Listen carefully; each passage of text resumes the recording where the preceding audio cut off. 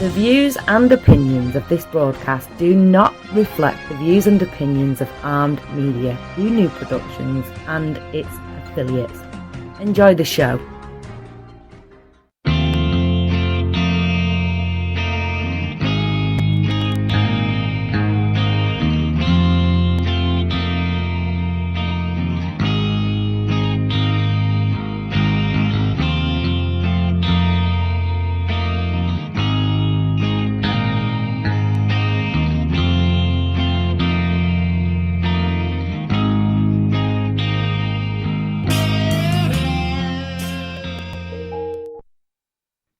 Good evening, everybody. It is Tuesday night right here on Armed Radio. That means you are listening to 2AT Second Amendment Talk. I am Daniel Sanders, and joining me as always is Rod Burks. Rod, how you doing this evening?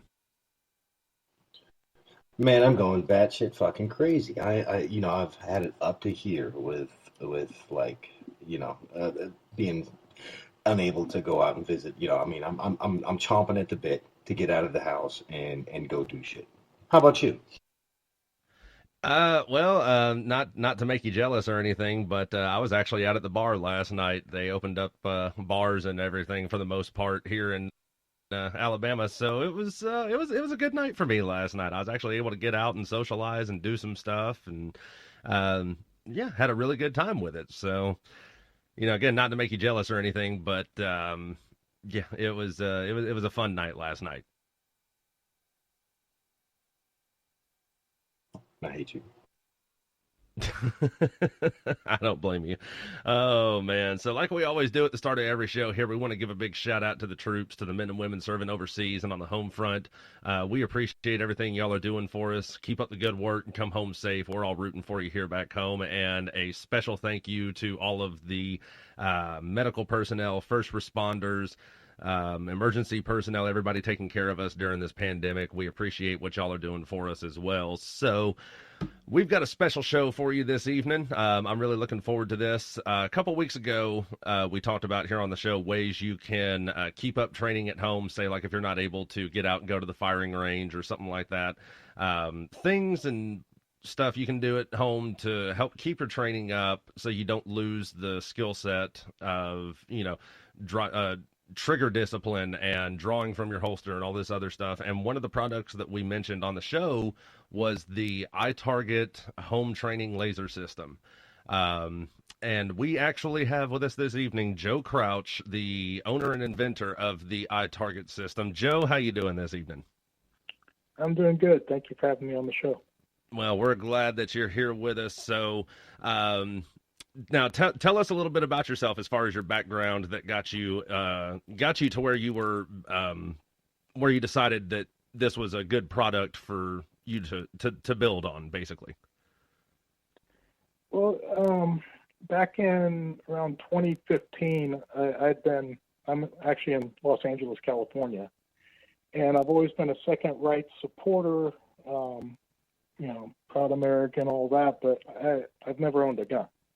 And it came down to one of these mass shootings when Obama was president, and I'm thinking, way they're talking, they're going to make it so I can't own a gun if they keep it up. So I figured, I'm in California, and the gun rights groups here are so strict, and it's so hard to get a gun. I'm going to get a gun now while I still can.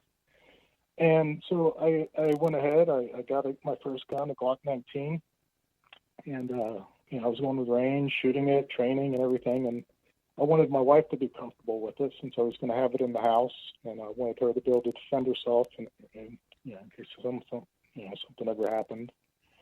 And so I started researching different types of products that she could train with, but she was scared to even touch the gun. And so I came across a company called LaserLight had built these targets that you shoot at, and they would have light sensors on them, and the light sensor would be close to a LED light. So you would shoot it, and it wouldn't do anything. You shoot it with the laser bullets that they make, laser cartridges.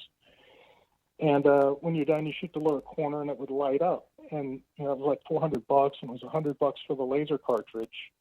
And I'm like, that's a lot of money for that. And I had been working in the film industry, working on movies and stuff, and I'd been building apps for TV shows and movies, like when you see an actor do something on a computer screen, all that content is pre-generated and controlled off screen by someone like me. And so I'd been getting into building apps and doing it for TV shows and stuff. So I had developed enough skill in app building, kind of taught myself to do that. To, I went looking for the app that could detect a red laser, and I didn't see it, and I was kind of surprised that no one had done this yet. So I set about, building the system. It just came to my mind as what it should be, and within a year I had a prototype going.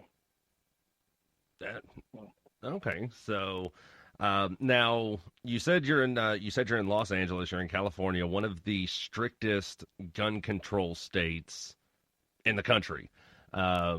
What kind of hurdles did you have to jump through as far as getting licensing and all of this other stuff to get this product up and running and off the ground? The licensing, not so much, as far as, because there's no gunpowder involved, and they're not really limiting accessories of this type. It's not a real ammunition or anything. So I didn't have problems with that. The problem I had was developing it for every type of caliber of the guns that we do have it for. Because I was working with a company to build the lasers so they fit correctly and a variety of guns. So I'd had to have one of every caliber. So I'd buy a gun, and then I'd have to wait 30 days before I could buy another gun. And I had to wait 30 days to buy another gun. So that whole process came down to just it was ridiculous for that waiting period that they had. And then a lot of guns are on if the customer had a problem with a certain gun, a lot of guns aren't available in California. They're on the banned gun list. So I couldn't actually buy that gun to figure out what the issue they were having was. So I'd have to try to get one off roster, meaning like someone had one or had brought one into the state from another state and then wanted to sell it privately. You can buy one that way. Right. And you end up paying like a huge markup for it. Right. Now, what kind of issues, you said, like some people were having some issues, like what kind of issues are we talking about that people could be facing? Everything from like some guns have a magazine disconnect, meaning that you have to have a empty magazine in the gun before you can dry fire. Right. And different issues like that. Because all the first guns I were buying had been Glocks and things that didn't have that. And so once I figured out, that's what it is, then I could tell the customer, all you need is an empty magazine in the gun or something like that. Or for example, the one that, the laser I sent you, when you tested out your system, you found out in a different gun that the 9mm was, you needed a narrower laser because of the different rifling in the barrel. Right.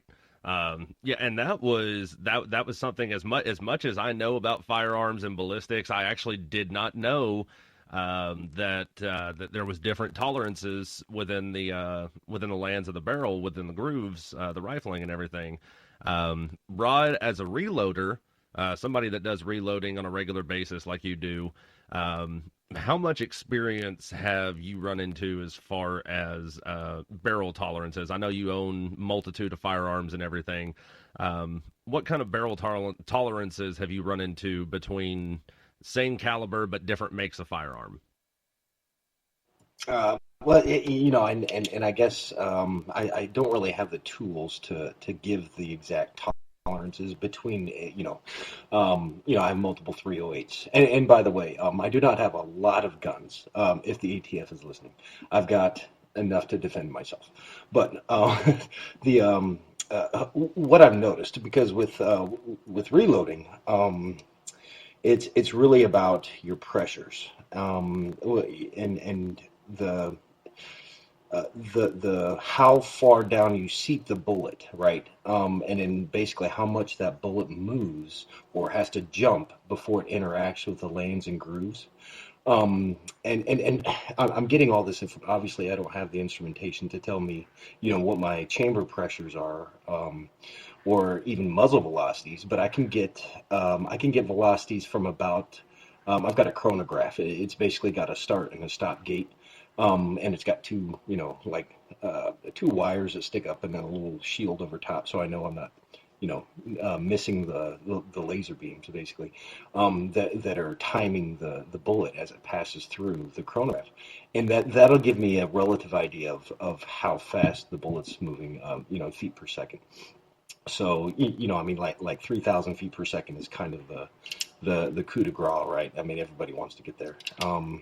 I don't know why. I mean, I prefer slow and quiet, personally, because I feel like I have more control over a subsonic round. But the point is really, it can be thousandths of an inch, but as far as how far, or the combined overall length of your cartridge with the projectile and the case together, that it can make a huge difference. Right. Okay. So now, Joe, I do have the product. I have been testing it. As a matter of fact, I'm even working on doing a full-on video review to post on YouTube, just from my experience with it and everything. Now, with the app, so far, right now, you have two different programs on the app. You have just the standard Bullseye app, Yeah. and then you have a Quick Draw app, which is a paid version of the app for $5, I think is what I paid for it. Yeah. Now the Quick Draw, I love the Quick Draw version because you can set the timer for when to. It's basically like a threat detection, threat recognition, and then you set the timer at different variances. You can set the number of rounds that you fire for the course of fire for this. And then it measures your average draw and response time from your response time for each shot. Yeah. Yeah. So I love it because I've noticed I've gone from my average quick draw response time when I first did it was just over like 2.5 seconds. And since I've been using it, I've noticed my averages have been coming down to low twos and like 1.9, 1.85 around in their average response time. Now there's another on here that says high score. It says coming soon. When are we going to see? Do you have a timetable for when that high score app is going to be released? Yeah. Well, I have a beta version that it just needs some fine tuning. And then it'll be released. But the only issue I ran into was after I developed the prototype for the original version of it, I didn't know how to do Android phones. I was only programming Apple phones. Right. So I hired a guy who made it for Android, but his was way better than mine. So I said, all right, I'm hiring you to do both versions. And he works for Google. So I've been at the mercy of his schedule, and apparently he's been super busy lately. So as soon as he gets a break, we're going to finish up the beta version. Hopefully, I keep saying hopefully sometime this month or at the end of the month, because that's what he keeps telling me when I email him. So I can't give you an absolute date, but hopefully very soon.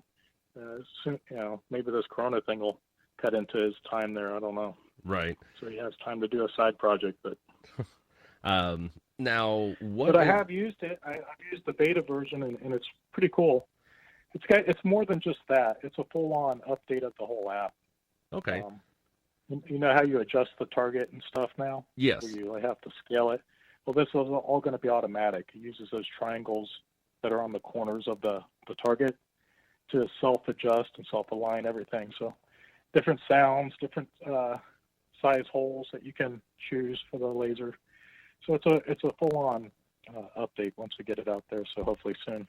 Okay. I know customers have been wanting it. So now, can you give us a rundown of how the high score system works on here? As far as, is this more like a shooting gallery kind of thing that I could have a couple of my buddies come over? Or... Well, how it'll work is there's 5 circles, and the app will call out one, and then you have to shoot that within a certain period of time, and as you go on, as you get it right, as soon as you miss, the game's over. So it's going to see how many consecutive shots you can hit the called out circle within a certain period of time, and as it goes on, that period of time gets quicker and quicker and quicker. Oh wow! So it's kind of like it's kind of like Duck that old Hunt. handheld. Yeah, kind of like Duck Hunt or like the old handheld Simon Says game or something along those lines. Yeah, I mean, it's kind of cool. It's a different twist to kind of the. It is more of a fun game to actually have to try to compete against the machine, against your skills, against the timer that's going. Right. Yeah, I'm So actually looking. the whole goal is to get the highest score. However many, you get 1 point for each time you able to hit the one that's called out, and as soon as you miss, it's over. So your whole point is to get the highest score that you can. All right. Now, as far as the calibers are concerned, you've already got a pretty wide selection of calibers available for these laser cartridges.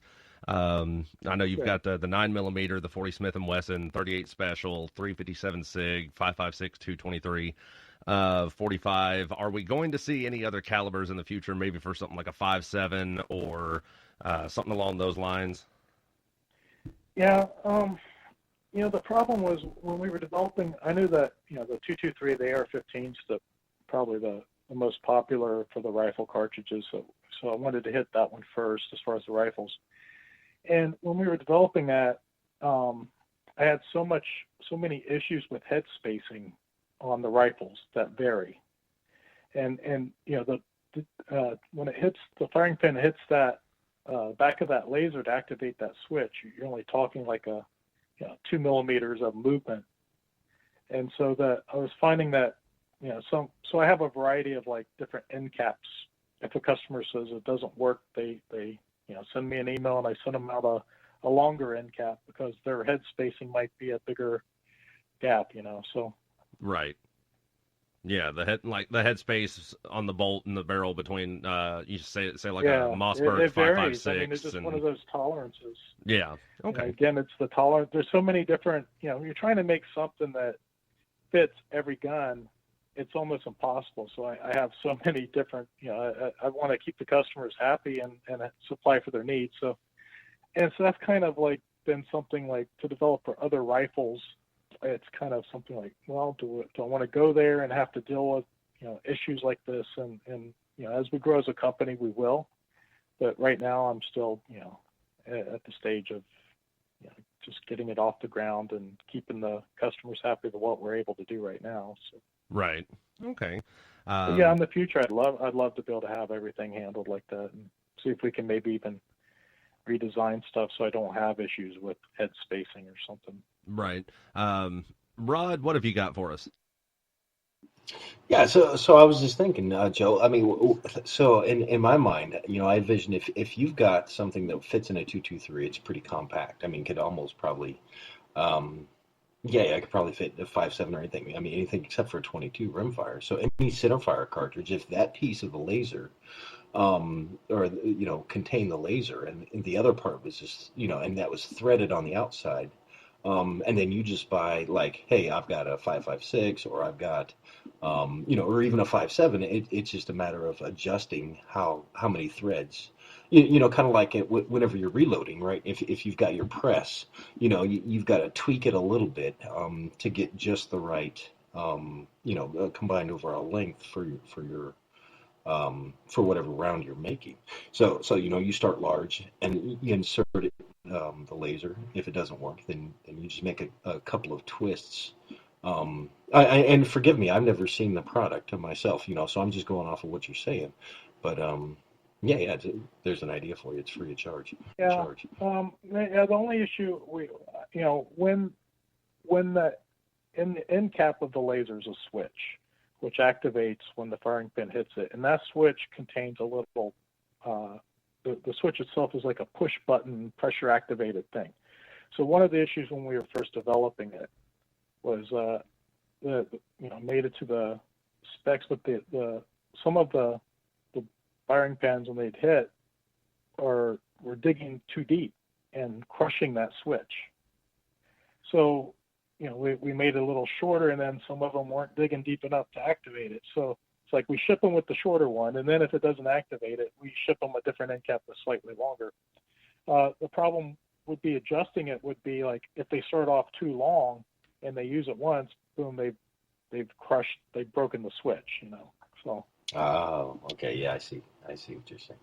Yeah, there's a lot of force in that. That's it's made to penetrate and activate the primer there. So, you want to.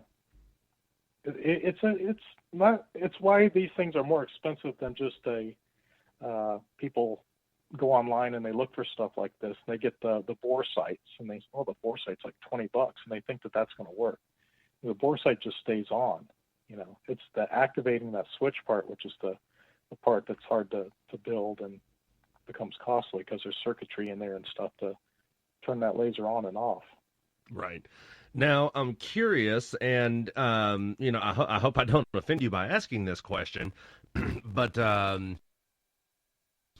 say like, Laser Light offers products where they have like a trainer pistol that basically is a built-in cartridge into the pistol.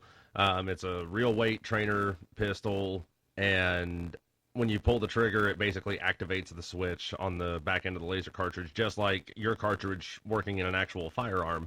Right. Would one of those Laser Light pistols, say, would one of those Laser Light pistols work with your targeting app for the system?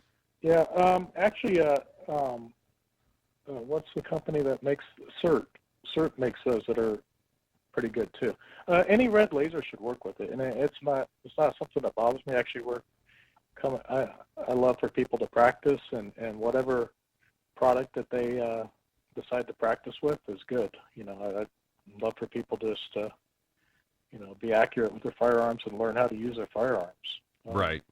So, as long as they're practicing, and we're coming out with other products, and the more lasers that are out there, they're going to want these other products that we're developing. So, right, it's all going to be good. Yeah, any red laser.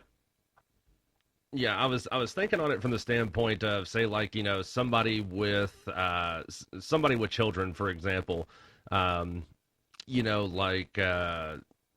they might want, instead of just starting them off using an actual firearm, they might start them off outdoors with a BB gun, but then to work on like trigger discipline and stuff like that, getting one of those trainer pistols that is completely inert, it cannot be converted to work as an actual firearm.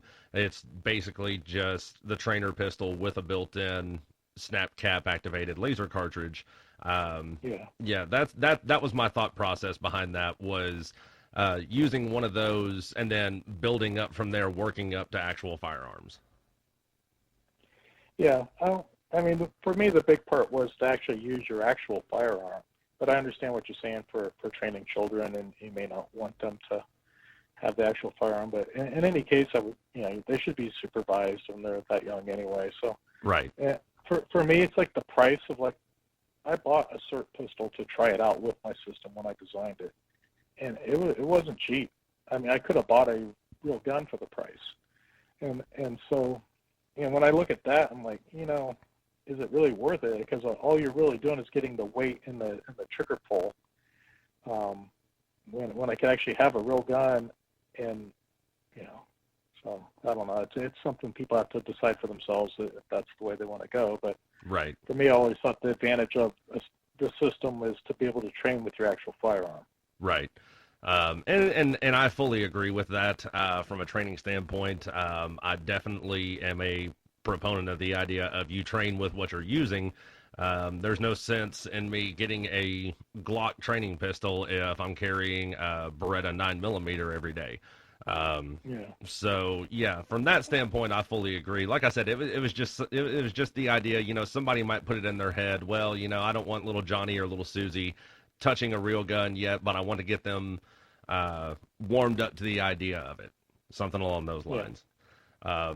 Now, you were saying at the start of the show, when you first bought your Glock, your wife was, for lack of a better term, your wife was basically afraid to even put hands on it. Which I think on your website under the About Us section, you even talk about that. Now, Yeah, I have the story. has your wife has your wife been using this, and now she's more comfortable with the idea of using it and knowing how to defend herself if she needs to? Yeah, absolutely. And in fact, when I built the first prototype, I had a working version of the app, and I 3D printed the sled and everything that holds your phone. And we had a party at the house, had some of her friends over, and when I saw all of them having fun, I was teaching them proper grip and everything, and competing, all her girlfriends competing with this thing and having fun doing it and learning the skill. It's like, man, this thing's going to be a hit. I knew at that point I had something. Right. So yeah, she got good at it, and I will say she doesn't maintain the practice that she needs. So at least she's not scared of it. But yeah, you got to practice all the time to maintain. She can hit it, but it takes her a while to hit that center. Right. Hit a bullseye, but yeah, she can be on target every time, but she won't hit a bullseye.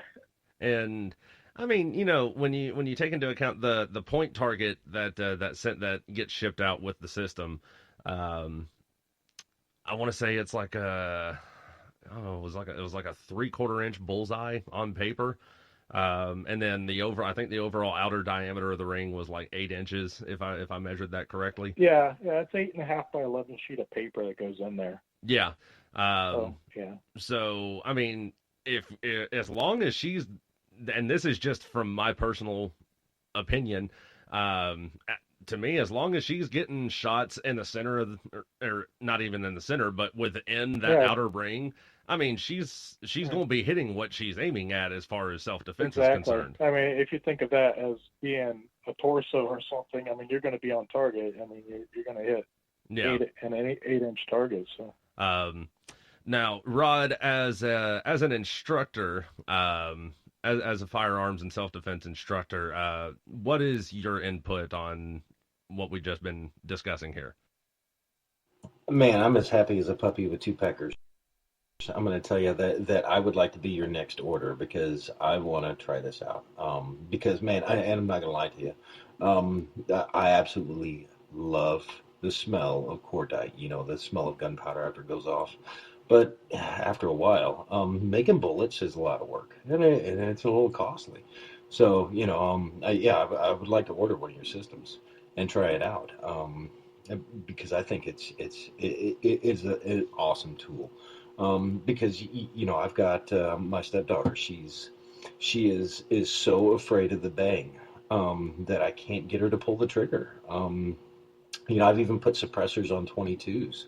And the loudest thing is the click of the fall of the hammer, and she still is like, oh my God, I'm so scared. And obviously I don't want to go drill instructor on her and be like, pull the fucking trigger, but because it's supposed to be a learning environment. So I think this is a tool, absolutely, for those people who really are intimidated by firearms. It's brilliant. Joe, I want to give you a lot of credit for this. I think it's good stuff. Yeah, absolutely. Yeah. Now, have you been since this has come out? I want to say it's been about 4 years now that the actual product itself has been on the market, give or take. Yeah, about 3. I did a Indiegogo campaign first, and then had to raise the money. Basically pre-selling them. So then that first Christmas, we started shipping them. So yeah, 3.5, close to 4. Now, have you seen any other similar products since yours has come out popping up on the market? I know LaserLight had their product, but theirs wasn't an app-based system. Have you seen any other app-based training systems like yours coming out on the market now since you've released yours? There have been. First, LaserLight was bought by Smith & Wesson, I believe, this year, which is interesting because I'm pretty sure that iTarget coming out put a dent in their sales, and they just said we're going to sell the company because cost effective to what you're, because when I built mine, it's like they were selling their lasers for $100 and they were selling their targets for $400. And I said, I'm going to sell the whole thing for $100.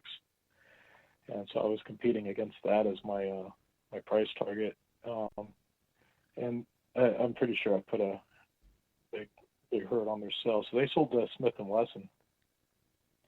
But since I've come out, there was nothing else that did this with phones and built on apps. They had computer systems, but nothing built with the phones. And then a couple companies have tried to copy it and do something with it. I've patented the sled itself, so they can't copy that. They have other ways to trying to do it, but it's competition's good. It makes it for a new innovation, and absolutely. I can't really go into a lot of detail yet about it because there is competition out there, but we got a new product that's going to be coming out hopefully by the end of this year that I think everyone's going to want. So. Oh man, I'm intrigued. I mean, if it's anything as good as what you've already come out with this Target sled and this app, then I'm most definitely intrigued to find out what that will be for sure. So I'm definitely going to be keeping my ears to the ground for that one. Yeah. Now, I'm sorry, Rod. What was you about to say? Yeah, no. I was going to ask Joe. I mean, how has this the whole COVID thing affected you and your business? I mean, have you noticed it at all? I mean, how big is your operation, if you don't mind me asking? We're fairly small. I got two guys that work with me, and we just ship out of a small warehouse in LA. We're so small that I've ignored stay-at-home orders and kept working, and no one shut me down. So business has been good. Yeah. Okay. And to add on to that, I'm curious. Going back to California being so strict with gun control and everything. Have you noticed any kind of Has anybody tried, say like gathering a protest group or anything outside of your warehouse, or anybody tried getting you shut down just for the sake of they don't like guns and so on and so forth?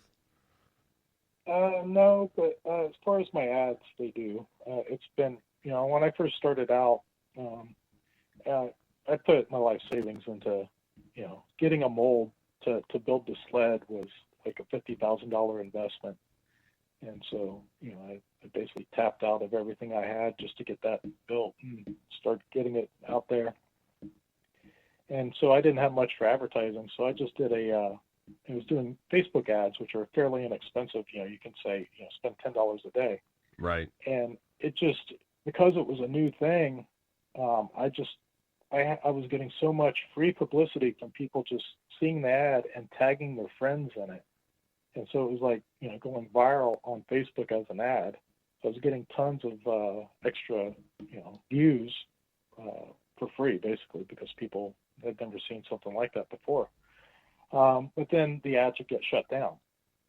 And then it'd have to go in. And, I read the Facebook policy concerning firearms. They said no ammunition, no firearms. You can't link to a website that sells firearms. And so my product was none of those things. And they do allow for training devices for firearms. They allow for laser sights. And I'm like, this is more like a laser sight than anything. If you're going to classify it, it's not ammunition. Right. It's more like a laser sight than ammunition. So I would, petition it, and sometimes they would accept it and run my ads again. And sometimes they would just full on get somebody that just hates guns and just shuts it down. And there's no consistency in that. It's like most of those things are very liberal run.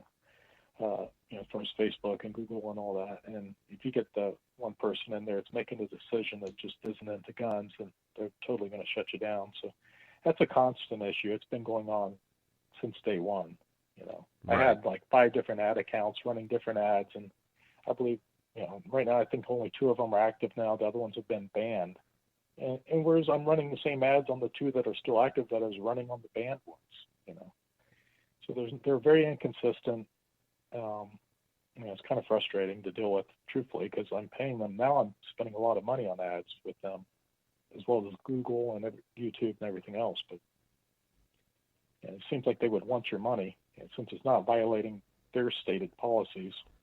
Well, you're violating their personal ideals. Yeah, exactly. Now, Rod had posed the question. Well, I think he started to pose the question, but then it turned into something else. Now, since the quarantine has started up, have you noticed like a boost in sales or anything like that? Has the Target kind of seen a rise in numbers ever since people have been quarantined, haven't been able to get out to the range much and all that stuff? Yeah, last month was really good. It was considerably higher than last year. We started off with a bang. I got really fortunate. I don't know if you guys know Dan Bongino. He's always on Fox. He's a conservative political commentator. Yeah. Huge second rights guy. He was in the Secret Service and the New York Cop. Now he runs a political channel. Anyway, he does a podcast. I got on with him when his career was taking off, and I had a great rate for him for a year. And his subscriber base just went into the millions because he started getting on Fox, and I had this great deal. So my sales were huge the second year of business. And then last year they kind of tapered off because his rates went way up when I had to renew the contract, so I couldn't get as many ad spots with him. Right. But I still advertise with him once a month now, but it was like 3 times a week. So my sales took a dive that third year, but this year, because of this Corona thing, and the ads are still out there and everything, sales started picking back up in the last couple months because the gun sales have increased and because they can't get out and get to a gun range now and everything else. It's really the perfect product if you're going to be stuck at home and you're getting a new gun and you want to use it, but you can't get out unless you have a large enough yard. Right. Yeah, Rod, I think you could share some insight on that, can't you? Oh, about getting a new gun and not having a place to shoot? Yeah. No, about getting a new gun and being able to, just go out in your backyard and shoot. Oh, yeah. I mean, that's exactly why I moved here to sunny Sally, South Carolina. I'd say that 5 times fast. But yeah, I'm working on, and I've really got to squeeze it, man. But I'm working on getting 500-yard range from one corner of my property to the other. But I mean, it's going to be tough because there's kind of a crown in the middle. So I really need to elevate a shooting platform so that I don't have bullets flying way far, killing the chickens at the chicken farm. Well, not only that, I mean, all of the EPA regulations and everything you would have to go through because you're basically slinging lead into the dirt, and they don't want lead poisoning getting into the water and all that other crap out there too. Here's a fun fact for you. Elemental lead, which is what projectiles are made out of. I mean, unless you make them yourself. Elemental lead does not dissolve in water. How's that for a fun fact? So when the EPA and all of these your people who are trying to get the ranges shut down, and in fact that's what they do. They take water samples and they say, oh, there's lead in the water. It didn't come from your range, dude. But yeah, I looked at building a range and to satisfy the natural resource people at the city council. I had told them I was going to build a water oil separator, basically just to separate the lead out of the water, which doesn't fucking exist. But yeah, I'm toasty. So. All right. Yeah, and another flip around to that, and I've actually considered doing something like this. Instead of having live fire ranges, I've actually considered getting into, I guess the best way to describe it would be kind of like these digital shoot houses, like the Ismet, for example, what we used at Paris Island. Laser tag. Yeah, something kind of like that. Except, with the principle that I have, it's basically like a 180-degree screen, with projectors displaying images on the screen, and the images are responsive. Law enforcement uses this, military uses this system, and it's basically kind of the same concept as your app, Joe, and your system. Yeah, I'm familiar with it. Yeah, so I actually considered opening a business for something like that where I could, I could bring in law enforcement so that way they don't have to wait for this truck to come around once a year for them to get annual training. They could get quarterly training with me, to keep all of their training requirements up and everything. And then, I could actually open it up to the public for classes, defense classes, shoot, don't shoot scenarios, stuff like that. And then some of the programs I looked at even come with shooting galleries, shooting the aliens or the zombies or whatever it is, something kind of like a Top Golf, but with laser guns, pretty much. Yeah. Okay, here you go, Daniel. Get you an abandoned hotel, right? And instead of 180 degrees, you've got multiple levels of, you get with Joe, and have him wire up the entire hotel, every wall, every door, has this technology, and then you can project anything you want on there, and figure out a way to record and give feedback at the end. And man, you're sitting on a gold mine. I don't know. Like I said, I'm drunk, so I think it's a good fucking idea. No, it is. I agree. Something like that could definitely be used for like room clearing training, stuff like that. For sure. So, excuse me. Sorry, I'm apparently smoking during the show is a bad idea. Now, I'm sorry, Joe. I had a question for you, and it just left my mind. I'm sorry. I'd love to try out that system once you get it built. So, well, once I get it built, then Rod and I will put our heads together, and we'll draft something like that up, and we'll see what we can come up with, and we'll get your expertise. No, we need Joe in there, though. I mean, Joe's part of this plan. Right. Yeah, that's what I was saying. We'll get Joe in with his expertise for wiring everything up and all of his Hollywood prop building and all of that stuff. Yeah. And that was, I'm curious about that transition right there. So you said you were working in Hollywood, you were doing prop building, you were doing I was doing the computer graphics, like when you watch like CSI or something, and they're typing in on a computer and they're pulling up this info, or they're like zooming into a license plate and magnifying it and clearing it up and all that content that's created for these computer screens is pre-built, and has to be. The actors aren't doing that. We're controlling it behind the scenes, and we pre-build it to the script, and we work with the actors to kind of. The last show I worked on was called Agents of S.H.I.E.L.D. Yeah. And it's based on the Marvel franchise. So all those computer screens that are all over the sets was content that I had a hand in helping to design and control from behind the scenes. So. Wow. And a lot of it became stuff that was on phones and on iPads and all this other stuff. And so I started teaching myself to do that, so I could actually be, when you work in Hollywood, when you get a job, as soon as that job ends, you're unemployed.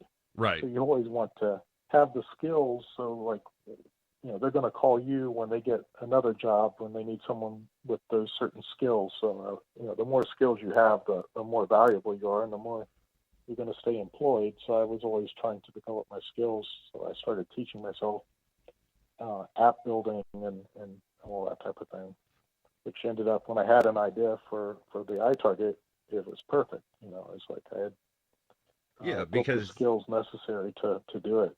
Yeah, because like you said, you were already basically writing code and generating these programs for the computers. Yeah, I never went to school for any of this. I'm self-taught. I go on the internet and try to, grab someone else's code that kind of does something like I wanted to do, and try to figure out how it works, and try to change something to make it do what I needed it to do.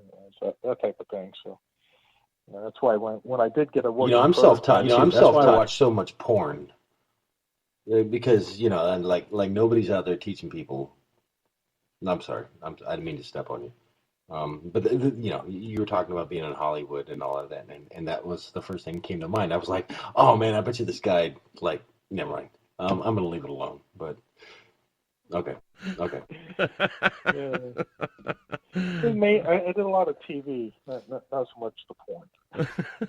You were more mainstream Hollywood, not so much Silicon Valley. Yeah, exactly. Oh man. Yeah, that was. I needed that laugh. Thank you very much, for Oh man, that made my night right there. So yeah. No, you've got you definitely got. I'd say you definitely have the job security now. As far as now, I guess you could add.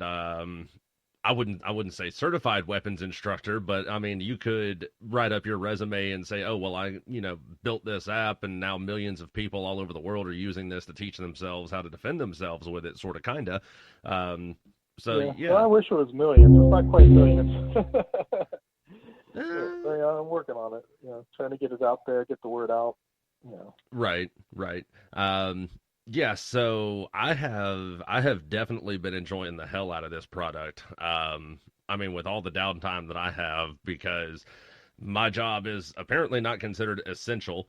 So with all the downtime that I have nothing better to do than stay at the house 24 hours a day, and I'm usually up for about 20 of those hours, and of those 20 hours, I've probably got my finger on the trigger for at least 12 of them. So,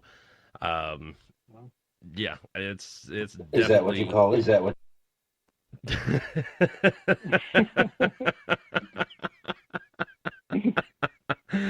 Oh my God.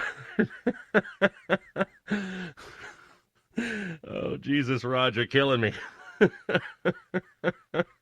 Well, okay, so for our listeners out there that don't know, we made a deal that I would slam a beer every time Daniel stuttered during the show, and I'm fucking wasted. I'm like, I've slammed 5 beers in the last 55 minutes, and I mean, I'm enjoying it. I really am. But yeah, that's my apologies for my uncouth behavior.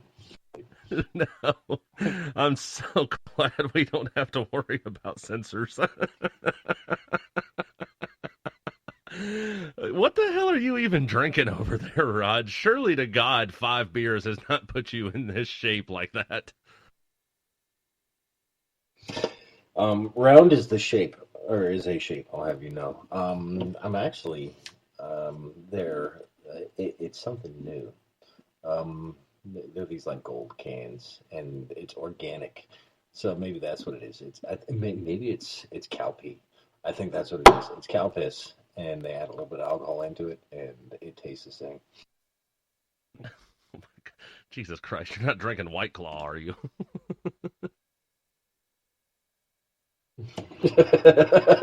No, I'm not going to suck your dick, all right?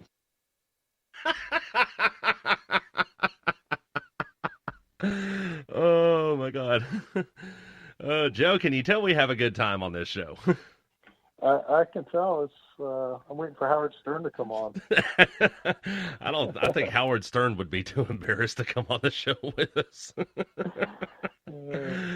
Oh, hey, you're a trooper though, Joe. I appreciate you coming on the show and staying on the show this long. I tried to do the show once by myself, and man, it was so lame. It's probably the worst show ever.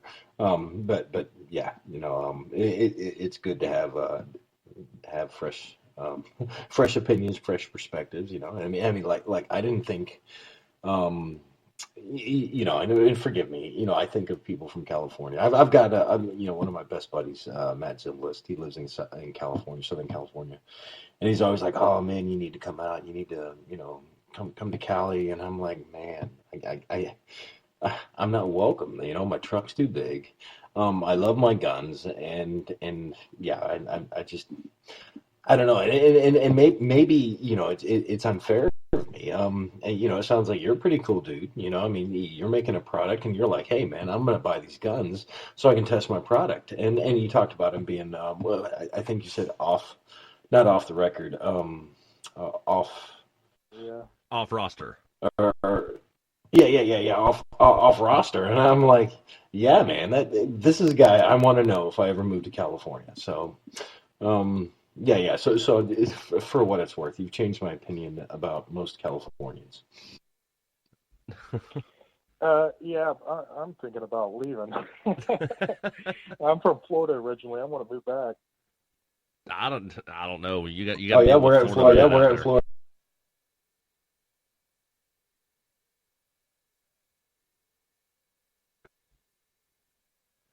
You said I'm sorry. Hey Joe, Say we're that in one more Florida. time, Where Joe. in Florida are you from?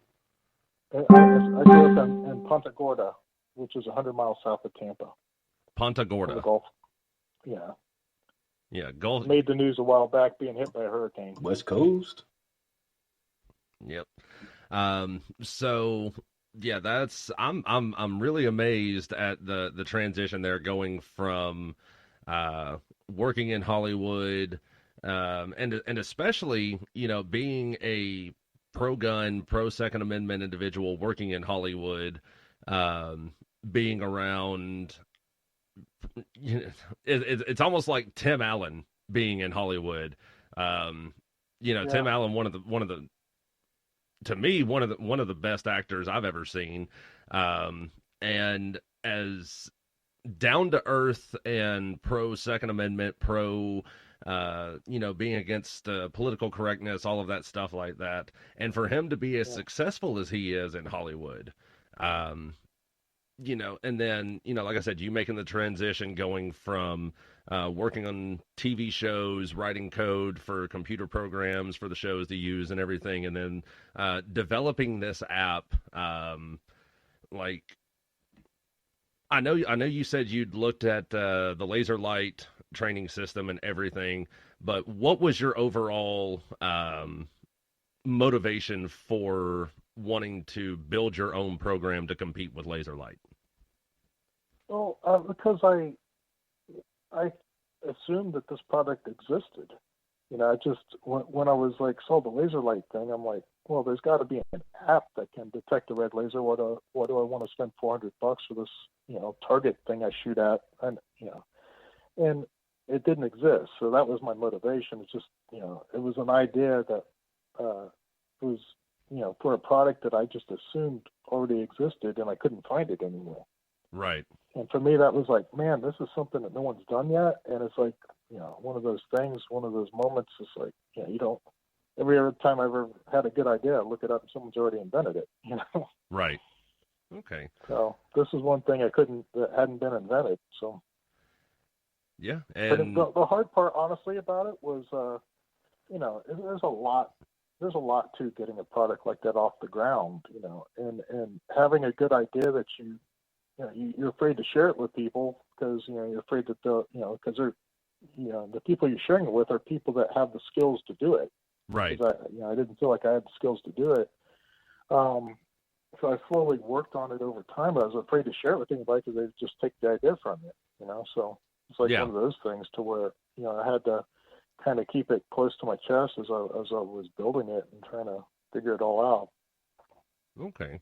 That's for sure. I've definitely I've brainstormed a few ideas myself in the past that I still haven't told anybody about because I don't want somebody that can do Yeah. it better than me taking the idea and running away with it pretty much.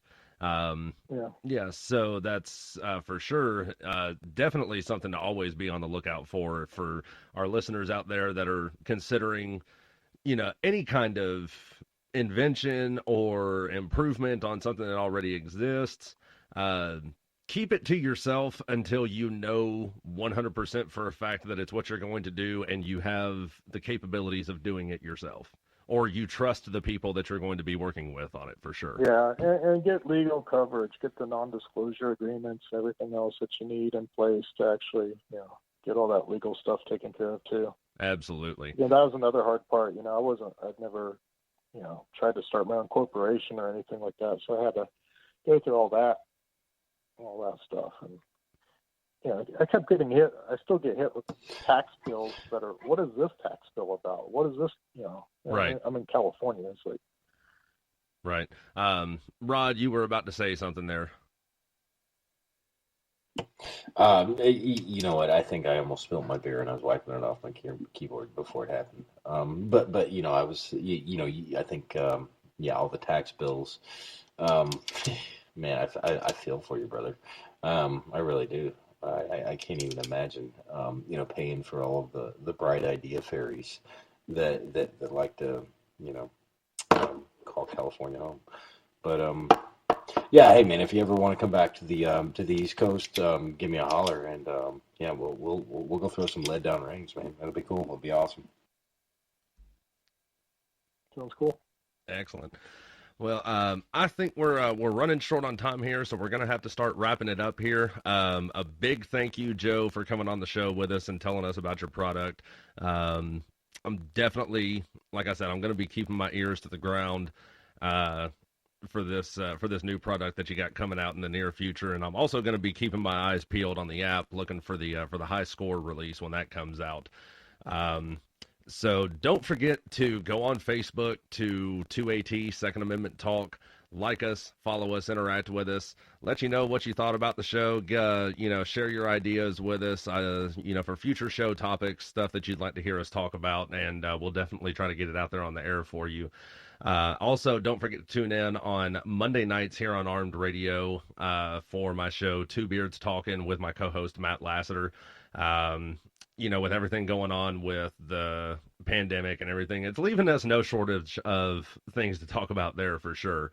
And also be sure to go check out that Facebook page as well, Two Beards Talking. Same thing, like us, follow us, interact with us, let us know what you want to hear us talking about, and we'll try to get it out there on the air. A big shout out again to our service members serving overseas and on the home front. We appreciate everything y'all are doing for us. Keep up the good work and come home safe. We're all rooting for you here back home. And a special thank you to all of our first responders and medical personnel, everybody taking care of us during this COVID pandemic. We appreciate what y'all do. Rod, I got nothing else. Rod, you got anything else?